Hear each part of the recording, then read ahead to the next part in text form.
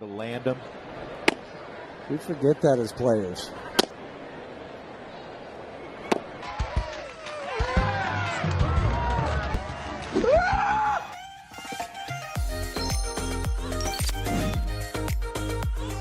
What's going on, guys? It's Fuzzy. Welcome back to yet another Major League Baseball recap. The Yankees are at it again. They continue to put the entire league on notice. They are coming for the crown in 2019, and I'm terrified. I'm terrified. They might do it this year. If I had money, if I had $100 right now that I found off the street, I might be putting it on the Yankees after this move. So don't go anywhere. We're going to talk about a lot today. If I look a little tired, it might be because I am. I've been up since 3:30. I actually just got back from San Diego because the last couple days, the videos that you saw, they were just kind of filler videos, so I did not miss an upload. I'm gonna be real with you guys, they weren't very good. So I promise you guys going forward, the regularly scheduled videos will be back. I'm not gonna give you guys like reaction videos unless they're high quality, so I promise you, only good videos from now on. I love you. Thank you for not leaving. We have a few bullet points to talk about, so again, make sure you watch the video in its entirety. The first one being Adam Ottavino just signed a 3-year, $27 million contract with the New York Yankees. Their bullpen right now, on paper, is stacked up to be one of the best bullpens in the history of Major League Baseball. I'm not talking about in the past 10 years, the last 2 or 3 decades. I'm talking about since Abner Doubleday stepped on the field in Cooperstown, whoever created baseball, I think it's Abner Doubleday, when he created baseball, when he created the first bullpen, to now in 2019, this might be the greatest ever on paper. You have Aroldis Chapman as your closer. That's already one of the most dominant relief pitchers ever in the game. So you have that guy closing the 9th inning for you. You also have Dellin Betances, who has one of the best strikeouts per 9 in league history. You have Zach Britton. Again, he almost won a Cy Young as a relief pitcher back in 2016 or 17, and then the Orioles didn't use him in the playoffs. That was weird. That was one of the... Okay, I'm not even going to bring that up. Anyways, next. So we've brought up Aroldis Chapman, Dellin Betances, and Zach Britton. That's already a 3-headed monster. They have Chad Green, and if you guys don't know who Chad Green is, he is one of the most underrated players in baseball. The dude is straight filthy. He has a sub-3 ERA pretty much every single year. You can pretty much count on him whether it's the 6th, the 7th, the 8th, or the 9th. If you say, Chad Green, we need 2 innings, he might get you 2 innings, and he's going to be straight filthy at the same time. And then the cherry on top is they just signed Adam Ottavino. So when you have Chad Green, Adam Ottavino, Zach Britton, Aroldis Chapman, and Dellin Betances in the bullpen, you don't need Masahiro Tanaka to go 7 innings every single start. You don't need CC to get you 6 innings sometimes, because if you can get 4 and save the other 2 guys, because they also have a few other pitchers that are coming back. The first one that I can mention is Tommy Kahnle. He did not have a good 2018 with the Yankees, but prior to that with the White Sox, he was dominant. Another player that is up and coming is a man named Jonathan Logaisio. I'm pretty sure I said that right, but this dude is filthy as well. So watch out for those 2 guys. They could potentially have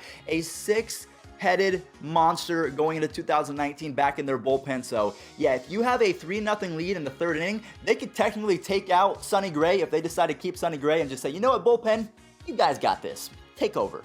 Dominate. So as a baseball fan, I do have to say the Yankees have actually had a pretty decent, I'm going to say, not decent, a very good offseason so far. If you guys are Yankees fans right now, I'm curious, let me know in the comment section down below. What would you grade your offseason so far? And also, if you're not a Yankee fan, I want you guys to let me know anyways, your favorite team in the comment section down below. So mine would be the Indians. I want you guys to grade your offseason so far and kind of detail as to why. So if you're a Yankees fan, you can say, I'm going to give an A- because we haven't gotten Machado yet, but we have Troy Tulowitzki, we just signed DJ LeMahieu, and then we have one of the best bullpens on paper that baseball's ever seen. So yeah, that's going to get you an A-, maybe even an A+. Whatever you guys want to put down there, that is up for grabs. But my personal example, I am a Cleveland Indians fan, which we're going to talk about the second bullet point in just a second, that Cody Allen just signed a deal with the Angels. I would honestly, the Indians, this team right here, this team disappoints me yet again. I'm giving them an F, a straight F, and I'll tell you why. But before I do that, let me hydrate real quick because,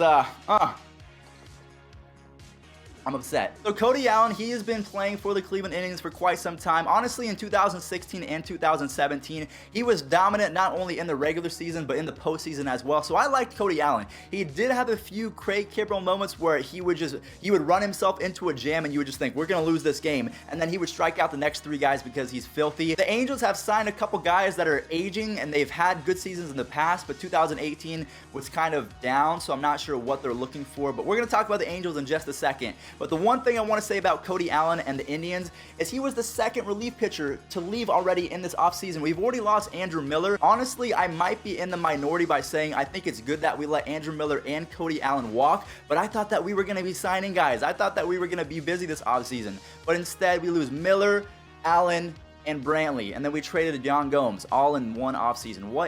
What? I promise you guys that's going to be it for the Indians in this video. Now we're going to talk about the Cody Allen signing and what this means for the Angels, because again, the Angels have made a few number of additions that might actually help them going forward in 2019. Now, will it pay off? I'm not too sure, but they're really low risk, kind of medium reward signings, so I don't know. What do you guys think? I'm going to talk about it. So obviously the first deal that we're going to talk about is the one-year deal signed by Cody Allen to the Angels. Now I'm not sure if he's going to be a relief pitcher. I'm not sure if they're going to have another guy that comes in and closes the games, but I'm fairly certain that he will be their main closer. Now again, Angels fans, give him some time. He's going to frustrate you a lot, but he's filthy. Also, one little caveat to that is in 2018, Cody Allen had his lowest strikeouts per nine and his highest walks per nine in quite some time. He also had a 4 ERA, so I'm not sure what you're looking for in 2019. Maybe a mid-3 ERA with 30 to 35 saves. Maybe you guys will be happy with that. But the other additions that you guys have is Justin Bour. You have Matt Harvey, Trevor Cahill. When you talk about the Angels trying to make a splash in the offseason, I mean, if we think about it, the only thing that's holding them back is their pitching rotation. They're injured all the time. So if Matt Harvey and Trevor Cahill can stay healthy, if Justin Bour can get you 25 home runs and kind of replace Albert Pujols to a certain extent, because maybe it's time to put Albert Pujols at DH at full time and leave first base to Justin Bour. I'm not sure how that would work. But, I mean, the Angels, they're trying everything that they can to keep up with the A's and the Astros because, again, the Astros are having a pretty good offseason as well with the addition of Michael Brantley. Yes, they have lost Charlie Morton and they might lose Dallas Keuchel, but when you have Garrett Cole and Justin Verlander in your rotation, you're kind of set anyway. So I don't know, guys. It's going to be a race in both the AL East because the Red Sox, they're not getting any worse. Now, if they sign Craig Kimbrell again, they'll pretty much be the same exact team, because I can pretty much guarantee you guys that it will be the Yankees and the Red Sox battling for the AL East. So I think that they do need to wrap up a closing position. The Red Sox do. So I think Kimbrell, he will go back to the Red Sox. Now, the Yankees, they're amazing. They're going to be absolutely insane with their lineup. Their improved rotation because they re-signed J.A. Happ. They traded for James Paxton. They already have Luis Severino, who is the most roller coaster pitcher in baseball. He's the best pitcher, a Cy Young favorite, and then goes to one of the worst pitchers in the league. I'm not sure how that's going to work out. I hope that he does well because I think baseball is better when Luis Severino is at the top of his game, because being the ace of the Yankees, that means a lot. So if he's back in business, yo, the Yankees, the Rays are even improved. The AL East is going to be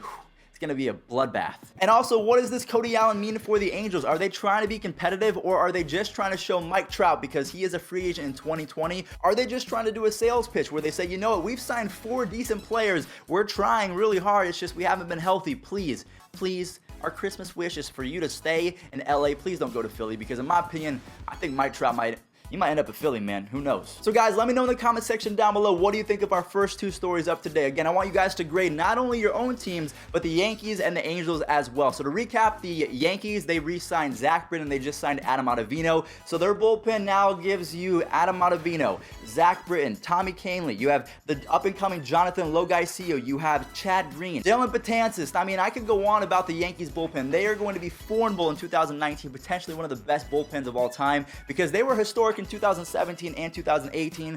They just got better. Also, the second story that we talked about is, what do you guys think of Cody Allen to the Angels? Do you think that they're going to be in position to make a wild card, or do you think the Angels are going to be the Angels and not make any playoff runs? What do you guys think? So the final story of today, the way I want to kind of wrap everything up in a bow, is I quickly want to talk about Hall of Fame cases. So I think the 2 guys that are going to punch their tickets are Mariano Rivera and Roy Halladay. Rest in peace, Roy Halladay.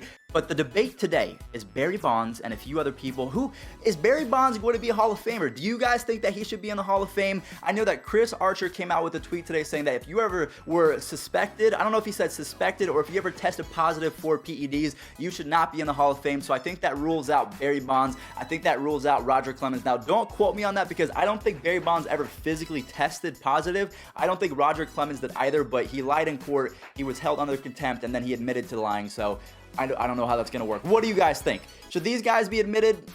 People say that there's already players in the Hall of Fame that have taken roids. A lot of people point to Pudge Rodriguez, but you know what? I'm going to throw it to you guys. I'm not going to give my opinion, because honestly, I think that Barry Bonds is one of the greatest players of all time. But under the same breath, the PED speculation does throw off my I don't even know, man. Make the argument for me, guys. Convince me in the comment section down below, and also let me know what your offseason grades are, and I will catch you guys in the next one. Thank you all so much for watching. It is good to be back. The regular schedule programs will be back tomorrow. They will be high quality. I got some great stuff coming to you guys. Thank you all so much for watching. Slap a like on this video if you did enjoy. Subscribe as we are on our way to 60K, and I'll catch you guys in the next one. Peace out.